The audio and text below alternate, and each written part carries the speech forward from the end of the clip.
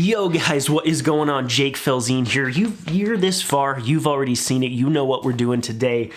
Inspired by James Matthew, Josh Yeo, Peter Lindgren, the list goes on.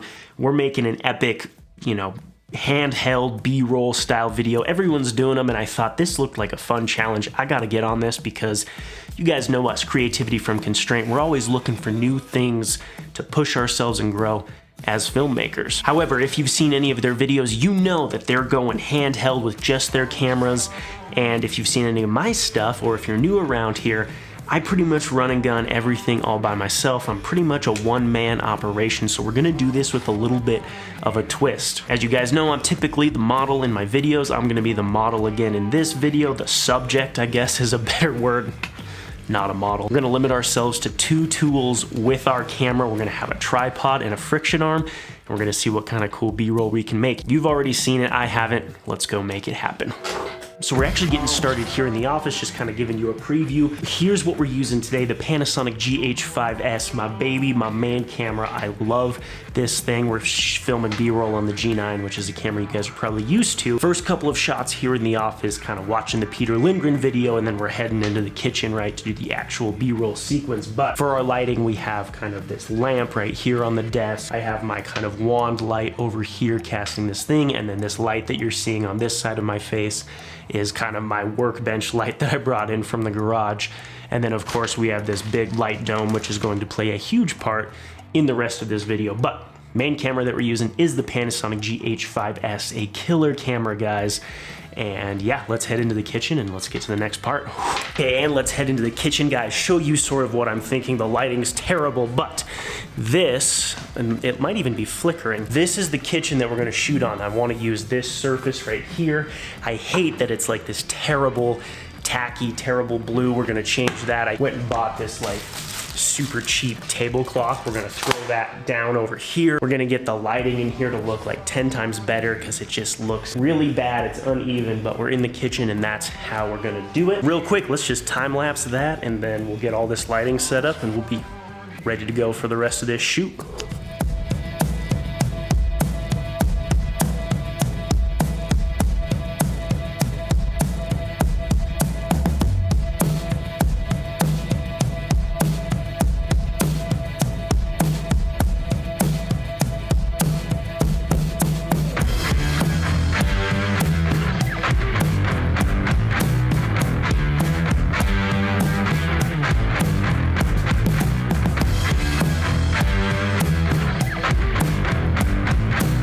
All right, guys, and I think this is going to be our lighting setup. Again, we have like the big overhead boom with my big softbox light, putting that dramatic top-down light from here, and then I'm gonna try and kind of do some sort of hair lights that are hitting from behind to sort of highlight subjects. We're gonna be making food. You guys have seen it.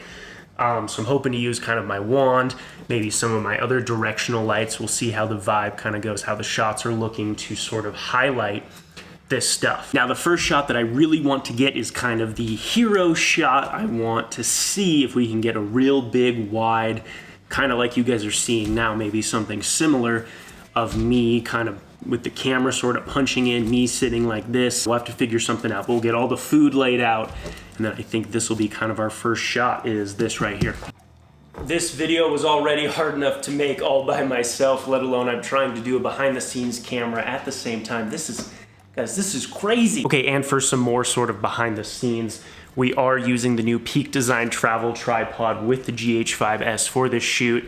I probably will do a review. I don't know, we'll see. I love this tripod so far, but this is kind of the first real big time using it. We're gonna be using this tripod for these shots, and then the other tool that I'm planning on using very heavily is this friction arm, which will kind of, I bought this on Amazon. I'll link it below. It was, super cheap knockoff brand, but definitely strong enough for Micro Four Thirds cameras, so I'll link this in the description below. So I think with that, let's get all of our ingredients out and let's kind of get this hero shot done.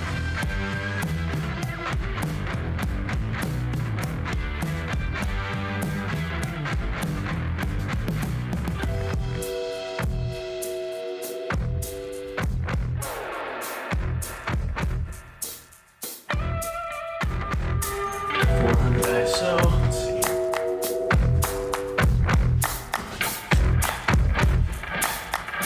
That looked sick, but I think we can kind of get it just a little bit better. Okay, I have no idea if this is going to work, but I feel like a steam or a fog is gonna really improve this. So this is like our, what do you even call this thing? It's like a steamer that you use to like flatten out your clothes when you don't wanna use an iron, but it shoots out a pretty good amount of steam. So I'm wanting to see if I can throw this into that exact same shot. Let's see how it goes. I'm not actually sure if this is gonna work. Heats it up, but I need it to not rise. It's because it's hot steam. That's the problem, guys, is it's hot steam rises.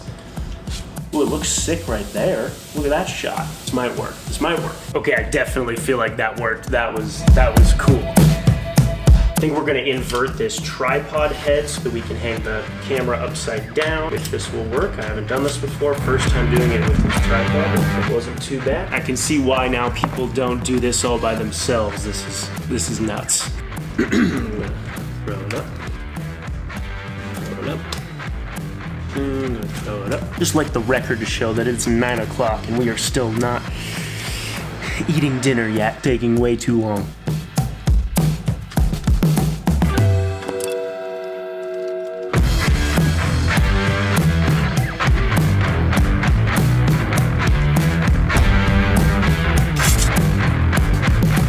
I think that shot with the friction arm and the knife is really gonna pay off nicely.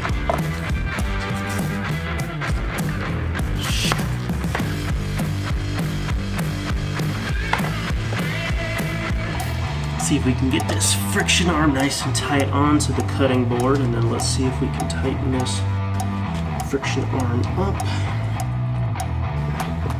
And then I should be able to take sort of this attached approach and scrape this off onto the plate. I think that's gonna look really nice. So let's turn the ISO down just a hair. Focus, nice and crispy. Yeah, we'll do that movement. That's gonna be really cool. Cut off to the fish part with some flour. We're gonna lay down the flour, and then I'm hoping we can get like a really cool kind of powder shot. About trying to do kind of like the steam, get this really high beam light and really hit the flour right there, kind of underexposed for that light, so that when we hit it down on the flour, the fish at least, we get this really nice kind of cool shot. We'll see. What's my focus like? I really want to see how this goes. Tricky thing is when dealing with fish, I can only like hit it down and then I gotta go wash my hand. Yeah, I really hope that paid off because there's flour everywhere. Now let's try and do our oil pouring in the pan shot, but I probably need my tripod. Let's at least do this, right? Something like that.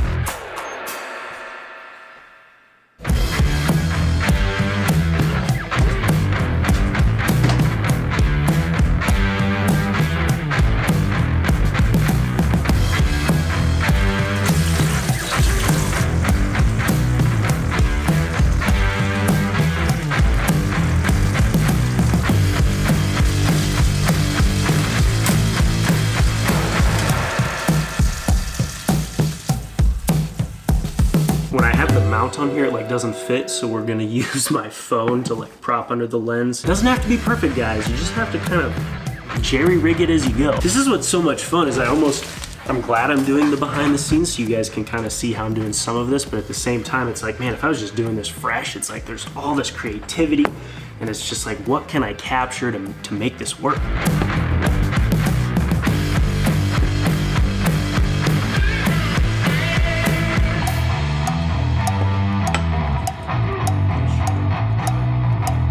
Sprinkle cheese. Oh, I think we got it. Let's just get our last final hero shot, guys, and then I think we're done. Whew. Man, this was fun. Okay, guys, we're done. We filmed it all. You guys have seen everything, but I'm not done. I want to leave you guys with a few more nuggets, because here's the thing. That was a crazy shoot, doing everything by myself. Are you kidding me? I missed some stuff, and I feel like I wanted to give you guys kind of a segment here at the end to do some final thoughts, and then, you know, send you on your way to maybe go do something like this on your own, challenge you guys to do it as well. But let's go over some kind of high-level things that I figured out from doing this that I think would be really valuable to you guys. First and foremost, guys, leave yourself plenty of time. So like, if you're gonna do everything behind the scenes, filming the creative scene and being the subject, you know, leave yourself plenty of time. I kind of left myself like an hour-ish to do all of this, thinking like, oh, it'll be like, you know, a minute-long sequence, and I'm just making dinner for Car. I've made fish tacos before. Like, come on, this will be easy, right? And as soon as you mix in 2 cameras, all the different light sources, all the different shots that you have to get, setting everything up, I think when it was all said and done, it was like 3 or 4 hours of shooting. It was crazy. And she was like, Jake, I'm getting really hungry. And I was too. I was like, man, I did not leave enough time. So if you're gonna do this kind of shoot all by yourself, leave yourself plenty of time. It took forever. The second big thing, guys, that I really should have said earlier on in the video behind the scenes part that kind of got left out was shooting 4K 60. So I shoot Micro Four Thirds. Every camera that I own can shoot 4K resolution at 60 frames a second, which if you're doing smooth tripod shots, that's like plenty of slow motion to do all of the stuff that you need. Plus, you get that big 4K resolution where you can really punch in on stuff, zoom, do those kind of cool transitions that you guys saw, even though most of the time the camera was locked off. Either it was locked to an object with the friction arm, or it was locked in a tripod and I was just getting the shot and doing all of those movements digitally in post. Guys, the third final takeaway, and then I'm gonna send you guys on your way to do this yourself, is kind of the lighting and the scenery. Again, because I was so sort of limited on time, there was so much going on trying to do it all myself, I think I would have changed the tablecloth bottom piece. It was very reflective and very shiny, and doing a big top-down, you know, daylight light with that sort of dramatic overhead rigging, it really reflected a whole bunch of light up, which kind of looked cool at times, and then other times I felt like it sort of distracted from the food, which was our subject, right? The making of the food. So I do want to go out and either make a very, is it matte? It's not matte, is not shiny, right? A very dull, non-shiny surface that we can put down if we want to do food videos like this in the future, or maybe even just do fabric. Something like that that's not going to shine as much, I think would have made a huge difference in the lighting. But as you guys will see, I mean, I shot that entire video pretty much in 8-bit 4K 60 with my GH5S, and it really paid off to shoot in just the standard profile and really dial in the lighting on the set itself. And then I really didn't have to do much to it in post, and I feel like the colors and the lighting turned out pretty good for doing it all as a one-man run-and-gun show. But anyway, guys, this video is gonna get way too long.